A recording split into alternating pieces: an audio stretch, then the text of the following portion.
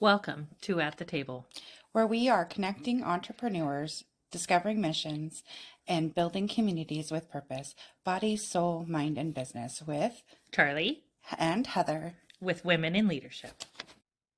Hey, you guys, welcome to the table. It's Friday, and I can't wait to share with you what we have going on for the next series of books, because we are wrapping up our time with You Can Heal Your Life by Louise Hay and The Secret Power of Yoga by Nicola Joy Devine. We are almost done with those two, and I wanted to introduce the next two books. And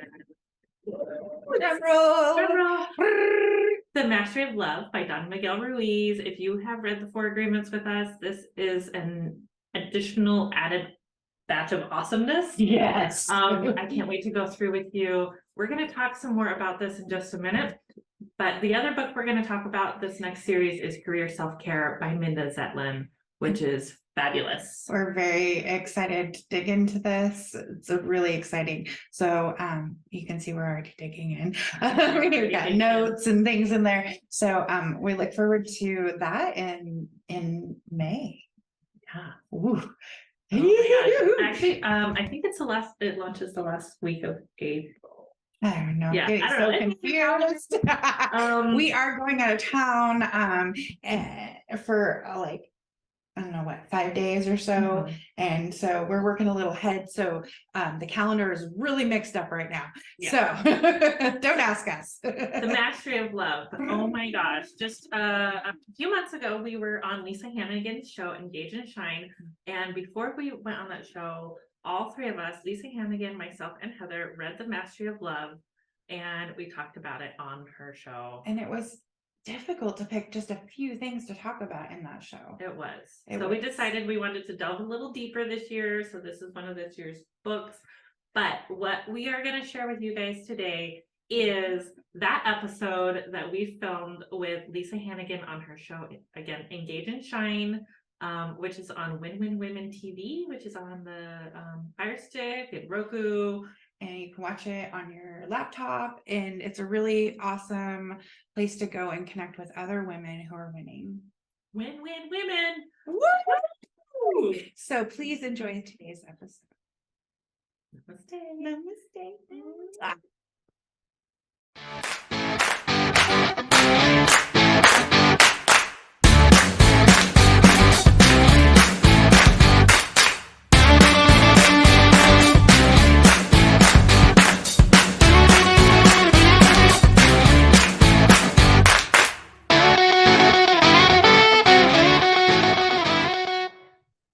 Hello and welcome. We have 2 fabulous guests who have been with us before. They actually took over my show before, so I am super excited to actually be joining live today with Charlie and Heather. They're all the way in Washington and I'm in Florida, so really, really cool that we're across the United States, but actually across the table from each other, as they put it.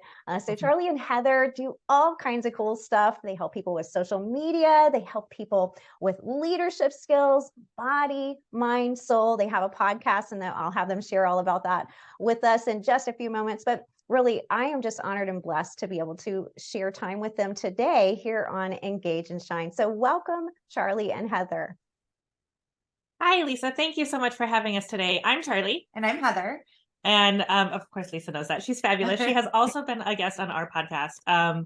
But we're just really grateful for you and your heart and everything you do. Thank you. Oh, thank you. Thank you. And like I said, I really was so grateful, first off, that you were able to take over and cover my show earlier this year when I was doing my kind of my little virtual book tour. Well, I guess it was my actual first live book signing I was doing. So I was really grateful for you. However, at the same time, I was disappointed because I didn't get to interact and engage with you on the show. So I am really happy that we're here today and able to talk about really cool subject, I think. So one that is very, personal and intimate. However, it's also something that's, important in our lives and relationship as it relates to all kinds of relationships. So not just those intimate ones, but also our business relationships, our friend relationships. So we're going to be talking talking about, or should I let you share with them? What are we going to be talking about today? We are going to be talking about The Mastery of Love. All three of us here at the table today have read The Mastery of Love by Don Miguel Ruiz. And he is the same author of The Four Agreements. And it's just an amazing, it's not a very big book, but it is a meaty one. Right. And there's so much. So last time we talked about the four agreements. You want to do a quick review? We talked about how that can help you show up better and shine better and keep shining. So here are the review of the four agreements. First is be impeccable with your word. Speaking with integrity, say only what you mean. Avoid using the word to speak against yourself or to gossip about others. Use the power of the word in the direction of truth and love. Don't take anything personally. Nothing others do is because of you. What others say and do is a projection of their own reality, their own dream. When you are immune to the opinions and actions of others, you won't be the victim of needless suffering. Don't make assumptions. Find the courage to ask questions and to express what you really want. Communicate with others as clearly as you can to avoid misunderstandings, sadness, and drama. With just this one agreement, you can completely transform your life. And number 4 is always do your best. Your best is going to change from moment to moment. It will be different when you are healthy as opposed to sick. Under any circumstance, simply do your best and you will avoid self-judgment, self-abuse, and regret.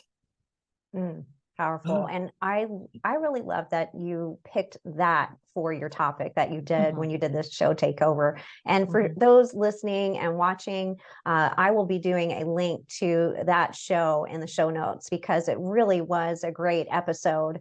They went into depth into each of those areas. I think this last one, always do your best, is, well, they all intertwine into today's topic, I think. But this last one, always do your best, I think is a great leeway into this mastery of love. And like I said, the way we're going to be discussing love is not just about this intimate side of love. It really is this wholeness of how we look at love, our perspective of relationships in general that we have with others, when it comes to friendships, when it comes to our relationships with our children, with our family, with our business partners, with our partners in life.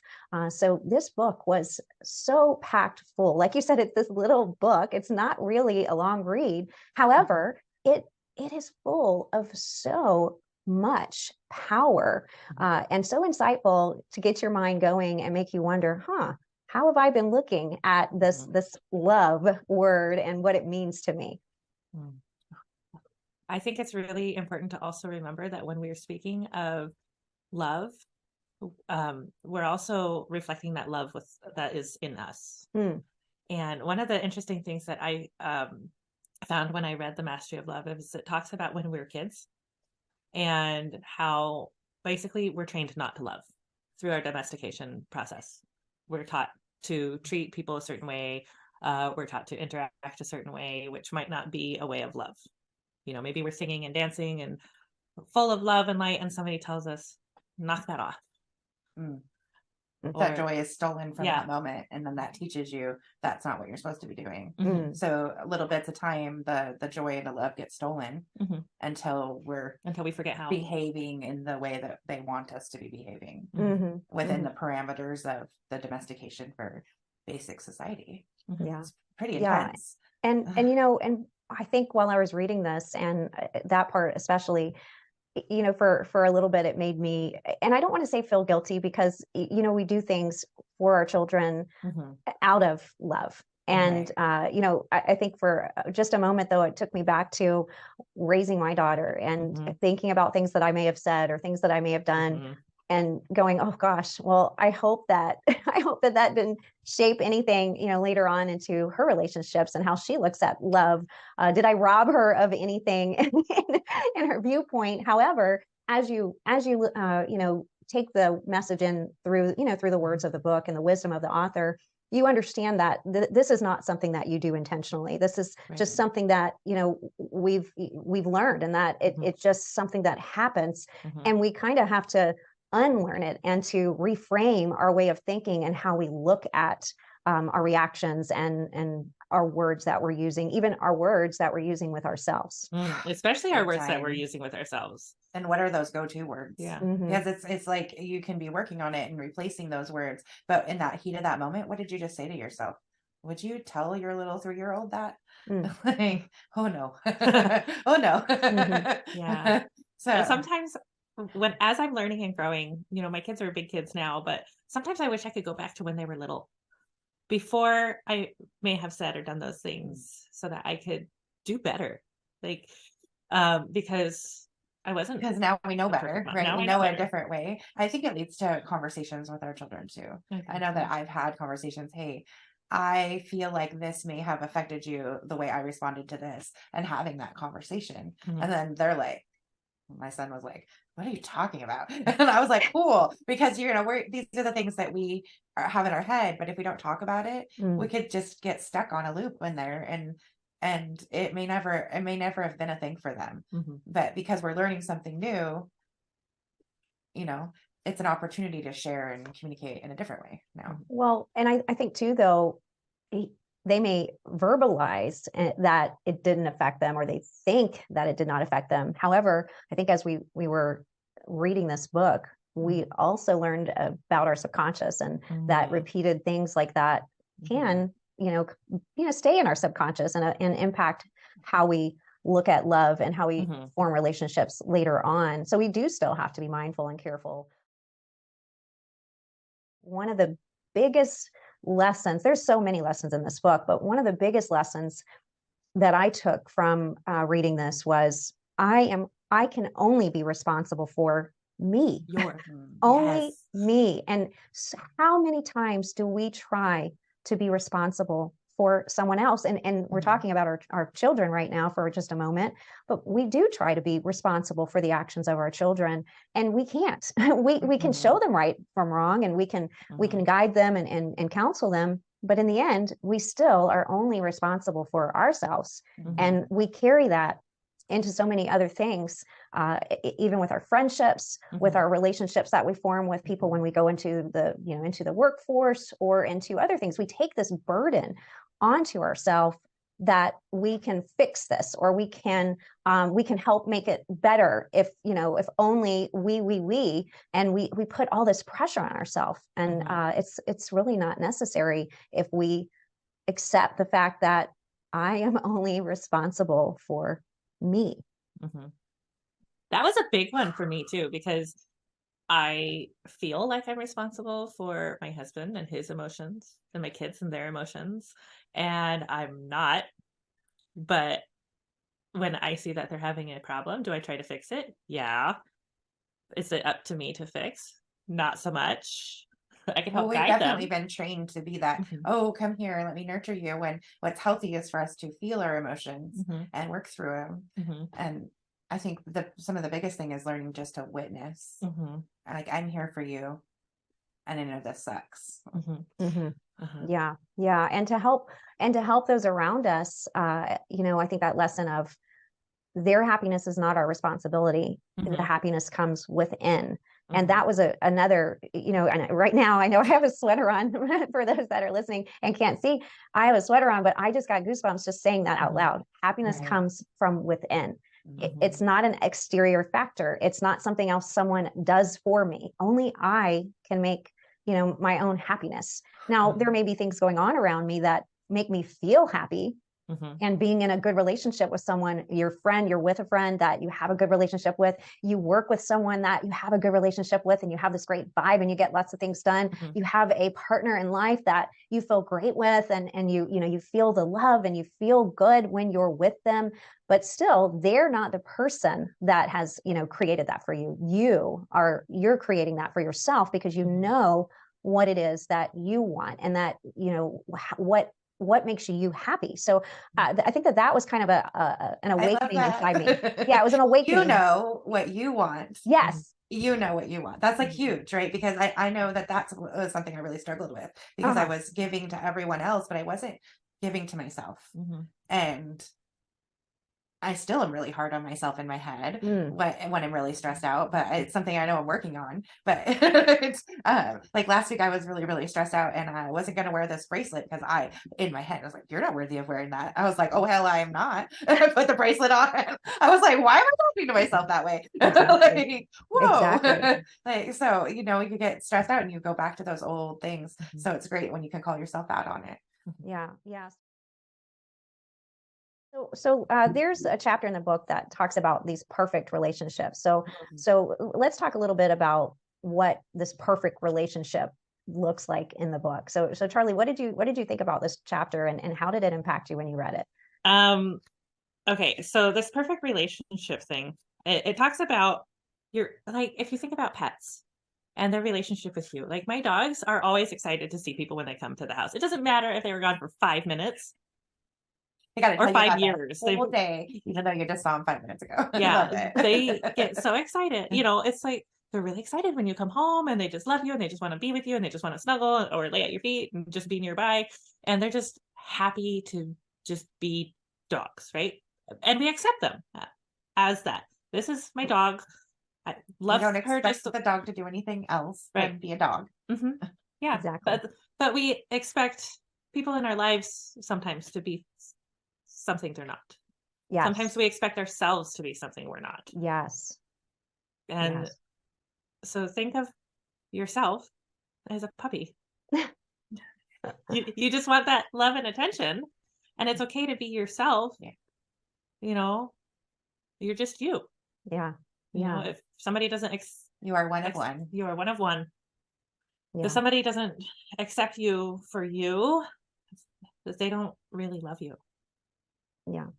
That's right. That's right. And what I thought was interesting was listening. Well, I listened to the book, so I may say listen instead of reading. So for me, the whole concept of, I think in the book, he said that the relationship between your partner in life, so a husband and wife, for example, goes into a relationship with at least 4 images, right? I think it was 4, but then it turned into 6 because they talked about how you have an image of who you are and then who you want to be, and then the other person has an image of who they want you to be, and then and also an internal image of who they want you to be, and then there's also the image of that person, and then who they are projecting out. So I think in the end it was 6 different images going into a relationship. And that's not just with a relationship of a partner in life. It's also a relationship with even your friends. You meet someone and you're like, okay, well, I need to act this way because I want this person to like me. So I'm going to maybe not show all of me because I want to make sure this person likes me. And then you see this person, you're like, well, I think this person is like that. And then they're also pretending to do certain things because they want to be your friend. And so we're constantly, like you said, we're putting on this facade instead of just being who we are. And I use that word just lightly because just to me is a word that I'm not fond of in some cases. Most times we don't like to just ourselves, right? Yes. Because it's really putting ourselves down. It's limiting. Yes. Yes. But in this case, it's just being with yourself. Exactly. In each relationship, like being comfortable who you are and knowing who you are. Yeah. Yeah. Do you think maybe that that is the issue, is that either we are uncomfortable with who we are, or maybe we don't really even know who we are? I feel like it's a mixed bag. Yeah. And the reason is because we're always learning and growing. And I am learning more and more about myself and who I am every day. I know that when here in a couple days, my husband and I are celebrating our 20th wedding anniversary. We've been dating since I was 16. So I think of who I was back then and who I am now, and it's a completely different person. But we've learned and grown together. And when we first got together, we were both presenting our best selves. And as we got to know each other, we started taking down those walls. And I would have to say that it took years and years for all those walls to come down to where we can really reveal our true selves 100% to each other all the time. And it's taken work. It's, on a personal level for both of us.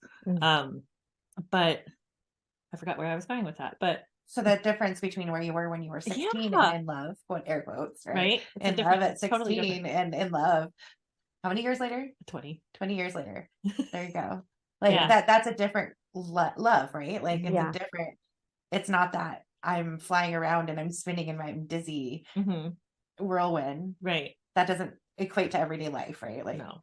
Yeah. And it, you know, Well, it's a growth that, like you said, I mean, the love has grown deeper Mhm. because you're becoming more true and genuine with each other. And I think that that's where, for you, that has been special and it has grown into something beautiful. And, I'm sure there's been ups and downs and there's moments where, we all have in relationships. However, I think what this book is trying to tell us is that if we don't go into a relationship trying to share our true selves and trying to share as much of us as possible and not giving of ourselves authentically, that's why relationships don't work many times. hmm Right. I think yes. Yes. Yeah, And the other absolutely. side of that is you have to pay attention. that. What Mhm. are you really looking at? Who is this person you're really getting to know? Mhm. Are they showing their true selves? Yeah. Because that's, we get all Twitter painted Yeah. and Twitter page. we don't necessarily I love pay that attention. word. That's such an old fashioned word, isn't it? It's Twitter page. Twitter painted. Yeah. Well, no, and you're right. And I think that this is what happens many times is that we, and sometimes I believe it's not intentional, Mhm. that we go into a relationship and we start off wanting to be this person that we know we need to be. Mhm. And then maybe we discover we're not ready to be that person. And so it Mhm. wasn't necessarily ill intentions going into that relationship. Mhm. I think at that point you have to, that's where, again, like what you're saying, Charlie, you have to communicate, you have to be open, you have to share that. And as you're growing with someone, if you realize these things that, this person, that you've discovered, I'm not ready to be this person. I thought that this was the person that I was or that I wanted to be because I'm trying to grow and be a better person myself. Then you need to reveal that to the person that you're with so that you can make decisions. Do you continue to grow together as you reveal more of who you are to that person? Are they going to accept you? Is this going to work? Or do you part ways and make sure that it's fair so that that person can be in a relationship with someone, friendship, business relationship, love partner in life relationship, whatever that relationship is, so that you can be fair to that person to make a decision and have that same type of relationship with someone that will be accepting of who they are. And then same thing for you. What came up for me as you were saying that was the acceptance of ourselves. Mm-hmm. So as you are accepting yourself, it's okay to disappoint somebody else by letting them know that, hey, I think I got into this and, or I'm into this and this isn't exactly This isn't what I thought it was. what I intended, or where this isn't doing what I, what was projected. As I, am growing, I'm learning that I can't disappoint myself. And and myself this is needs hard. It's really hard. Yeah. Yeah, because we don't want to Absolutely. disappoint people at all. We just don't. We don't want to do that. And I think that that's why we get, for lack of a better word, stuck in relationships that we're not meant to be in. And that, Right. that can be really detrimental to our health, to our well-being. It causes extra stress. We stay in jobs, for goodness sake, and that's a relationship, for years and years and years sometimes, just because we don't want to disappoint the people around us. And same thing with romantic relationships, because we don't know how to part ways. Right. Yeah. That's a whole skill and topic of its own, like practicing breaking up efficiently and kindly. And even in business, like we need to be able to say, hey, this isn't a good fit. I would like you to not be so stressed out. I don't want to be stressing you out more. Like that's not the intent. Like, so you want to, even in business, you want to show up authentically and from a place of compassion for yourself as well. Like you don't want to be coming down on yourself because you're not getting along with this client when it's just not a good fit. Exactly. Like that, it's okay that it's not a good fit. Yeah. Yeah. There's so Well, much abundance out there. Like, it's okay. Yeah. Yeah. Part of the flow. And there's so many, I love what you just said. There's so much abundance out there. There are so many people out Mhm. there. Mhm. There's so many people out there. If you don't feel this connection, this energy, this flow with someone, it's okay. Mhm. There is someone else out there that you are going to find a connection with, Mhm. and you can't give up and quit. The book even talks about this. But you have to decide, are you going to take that risk? Are you going to continue to seek those relationships and to take those chances?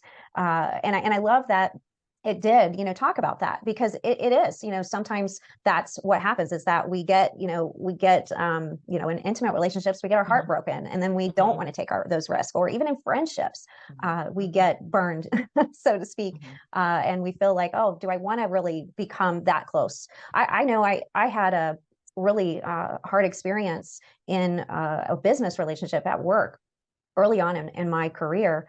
And I remember the next office that I went to, where I ended up being for almost 20 years. I had been at my former employer for about 6 or 7 years, and Mhm. I parted ways with them and had a really harsh, eye-opening experience about coworkers. Mhm. And when I went to the next place, not, of course, knowing anyone and knowing the relationships I would have in the future, I was very Mhm. guarded with who I spoke to, what I shared Mhm. with them. Mhm. I didn't want to put myself out there to be hurt again. And I think that Mhm. that's what this book is reminding us of, is Mhm. that, again, we're responsible for only one side of every relationship, and that's ourselves. Mhm. However, you being responsible for you have to decide, am I going to live over here in my corner all by myself and not share with anyone? Or am I going to put myself out there? Am I going to, connect with other people who I can have a relationship with, and remember that, hey, there is good out there. It does feel good. It does create that happiness Mhm. within me. And there are benefits to that. One of the things that really keeps coming up in my head as we're talking about this is the chapter that talks about the magical kitchen. Oh, yeah. And so basically, think of this, it's a metaphor. So you have a magic kitchen, and it provides all the food and stuff that you need, that you desire. It's always abundant. You can people keep coming over to your house to eat from this magical kitchen. And this kitchen's called love. Okay. Right. So then somebody comes to your door with a pizza and is like, I have a pizza. And could you make this pizza probably even better in your own magical kitchen? Yes. But you like this person and you like their pizza. But the catch is that if you want a piece of their pizza, you have to do what they say. You have to follow their rules, right? Their labels, their things. And because you like this person and you want their pizza's their love, right? Right. They, you do what they say, Mhm. and they give you a slice of pizza. And days go by and you're starving, and they'll sneak you another little piece of pizza and you crave it because that's a little bit more than what you've been getting, right? Mhm. And is that pizza really love? Is it really, is this person really providing you with the love that you want? Mhm. Because you forgot about your own kitchen, Yeah. right? Yep. Yep. It was just like, ooh, this is a really good metaphor. Yes. It's really It good. is Well, really anytime good. you bring food into the Mhm. no. Yeah. I was like, when you said that last time, I got an image of like one of those really cool outdoor pizza ovens, Uh-huh. like in your Oh. own kitchen, and you stoke your own fire, Yeah. and you light your own soul up, right, with your Oh, own pizza. beautiful. I was like, that was the image I got. I was like, wow, that's cool. I love that, Heather. That's a really good image. That's perfect for what Charlie's describing, because I really believe that we do forget. We do become so dependent upon the pizza man, so to speak, the person bringing us Right. that pizza, and that, that love, Mhm. that we forget we have all the love we need already. We Mhm. have everything we need already inside us. Mhm. And that, I love your image, Heather, because I can feel the warmth. Like, I can feel the warmth from my own fire Mhm. right now. After you've said Mhm. that, I can feel just my whole body lighting up, knowing I have all the love I need inside me. I have happiness in me, and I can choose to share this warmth. I can choose to share my happiness with another person, and they can experience it with me, and they can share their love, their happiness with me as well. You know, I just think that that's such a cozy picture and just beautiful, and it feels good. It feels really good. I'm going to throw a challenge out there to you guys as we read this book and talk about the magical kitchen and stuff. After you read this book, go back and watch Disney's Encanto. You'll see it totally differently. Which movie? Disney's Encanto. Oh, It's got the magical house. Yeah. Yeah. Yeah. oh, wow. Encanto. Okay. I need to write this down. Okay. Well, Uh-huh. I love that as a challenge because I think, you know, like I mentioned to you in the green room before we even started, Mhm. I want to read this again with Mhm. because I told you I listened to it because I just cannot seem to read books as well anymore. So I listened to it, and I even listened to it. I started listening to it a second time already. I want to get a hard copy of this book because I need to get it in my hands. I need to write it. It made me start looking at things differently already. Even, you know, I spent some time with my daughter the other day, and even just how I was interacting with her and things that she was saying to me, and looking at, you know, my relationships in general with every person that I touched after listening to this book. It's really a beautiful book. So I want to close out this episode though with maybe because we've all read the book, thinking about some key maybe not just takeaways, but, you know, what can someone do if they're listening to us, watching you know, this episode? What could they do to really get started thinking about love and mastering it within their own life, these relationships, and looking at it from you know, a better side as far as approaching how could they feel good about themselves, learning to love themselves, and improving their relationships around them? I would have to start with loving, you know, practice loving yourself. Okay, practice loving yourself. So put your hands on your heart. Take a big deep breath. Feel your heartbeat. And say, I love me. I love me. And then list 5 or 6 things that you do love about yourself.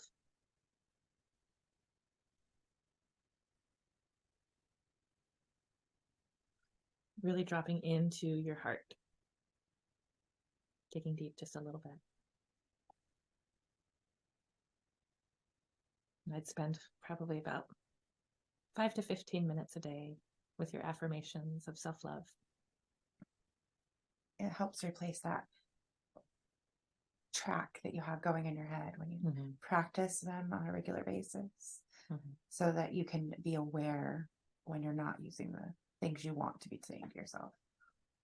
And it helps fight against that fear and doubt that comes creeping in. The second thing I would say is to notice when that fear and doubt creeps in. The awareness is huge. Yeah. And then thirdly, I would say to practice the 4 agreements, because you'll get there. Yeah. It's a fun process of self-discovery, because you're bringing more joy into your life the more that you're connecting with yourself, the more you're trusting yourself to know. And the less you're picking up other people's garbage. Yeah, you just let them have their little circus of monkeys over there. Yes. We are so guilty of kind of as we peruse along, gathering up someone else's drama. And yeah, I think that's one of my greatest lessons I've learned, unfortunately not until probably the last 10 years, is to stay clear of drama. That's on them. That's not on you. They could, like Heather said, your little circus of monkeys can stay over there. That's fine. Yeah, I love that. Well, I love this. So practice self-love. And I think that's so important, and a great way to start, because really, that is the only way. It is the only way we can have a good relationship with others, is to have a good relationship with ourselves first. We cannot love anyone else without loving ourselves first. And I know that that sounds like, okay, well, great. However, I don't know if sometimes we realize Mhm. that we don't love ourselves and that we I don't are think we being do. too hard on ourselves and we're not coming from a place of love. And these feelings and these things that we seek Mhm. are because we aren't comfortable with ourselves. And that's why these things keep happening to us. And we're not, we're gravitating towards the wrong things because we need to find ourselves and get into a good place. So I love that that was the first thing you said, practice self-love, notice and be aware of these fear and doubts that creep in. Mhm. And then these 4 agreements. So I definitely will be linking back up to the episode you did on the 4 agreements. And Mhm. that's also for those of you who maybe are listening and did not hear at the beginning, that is part of the series of the book, of this book series that we're Mhm. talking about, Mastery of Love. So the 4 agreements. And you said, I think, Charlie, that there's a third one. It was Mastery of Knowledge. Yes. Yes. I And I believe think that. there's actually more than that now. Wow. I don't know. I have Yeah. to. I don't know. we'll have to But research. the author, Don Miguel Ruiz, is like a master of Toltec wisdom, and the Toltecs were ancient Mexican. It was like an ancient Mexican Aztec kind of tribe. Mhm. Uh, They but were thought to be crazy because they thought so differently than the people around them. Like they weren't. Uh-huh. It wasn't accepted, so it was kind of privately passed down. And I'm really excited that he chose to write books and share them. You can Mhm. often find them at thrift stores, Mhm. of course, Amazon. Yeah. Yeah. Really Well, good. I've really enjoyed this conversation. I think this is a really important conversation. And it Mhm. is as I said in the beginning, I used the word cool only because to me, I felt really light and I felt really uplifted after listening to this book Mhm. and having a new outlook on my relationships. It gives you back the power in the Mhm. relationships, right? Mhm. It Mhm. you get your power back because you understand where the power comes from. Mhm. Like Mhm.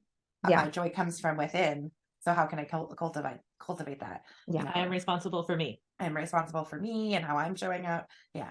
Yeah. Very Yeah. cool. It's Well, this was really powerful, and I know that there's so much more in this book. Even though it's like we said, a little book, it's not really that many pages. The chapters are just, I mean, in itself, we could have a discussion over each chapter. Absolutely. We really truly could, because we only touched on we touched on perfect relationships, magical kitchen, and we touched on a lot of takeaways overall to summarize the book, but we probably really only dived into three, maybe 4 Ish. chapters Yeah. in Yeah. this book, and it's so powerful. So I highly encourage those of you listening and watching, go get this book or get it on Audible like I did and listen to it. It really will be very interesting. And no matter what Mhm. faith you are, Oh, yeah. I say that, I preface that because I know some people of faith may be like, oh, Toltec, and I've had people, ask me that question. So regardless of what faith you are, this is about relationships and how Mhm. you view love.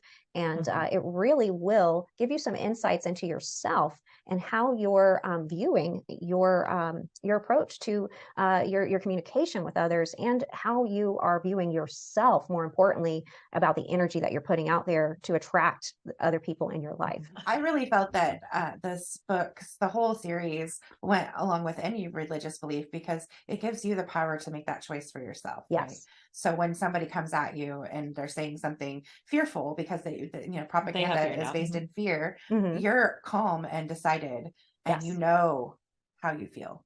Yeah. So I feel like it makes you even more, like, no matter what religion you choose or how your religious beliefs are, you're more concrete in it. Yeah. It doesn't take you away from your relationship with Mhm. your religion. I agree. Well, thank you again, ladies, for being with me. Charlie and Heather, I always enjoy our conversations. I always feel like I'm just all warmed up and cozy, sitting here on the couch and I'm sitting in my chair. And like I said, I feel like I am sitting across the table from y'all. That's what you talk about on your podcast, which is so warm and inviting. So before we close out, definitely share with our audience where people can find you and share about your podcast and all the awesome stuff that you're doing. We have so much really great stuff going on. Not only do we have our podcast each week, which we have Mindset Mondays, and on Fridays we interview women in business or leadership, very much like Lisa. Lisa's been one of our guests a few times, but we are going through some updates and upgrades. So head over to the website, www.womeninleadershipbsmb.com, and sign up for the newsletter for all the cool updates. Yeah. We Yeah. love helping people with consistency and showing up online and giving them back time in their own zone of genius. And it's just been a fabulous adventure for us. Thank you all for having us on. Yeah, Yeah. thank you, Lisa, for having us. Definitely. Well, that's it for this episode. Thank you for those listening and watching, and stay tuned for our next episode. Until then, keep shining.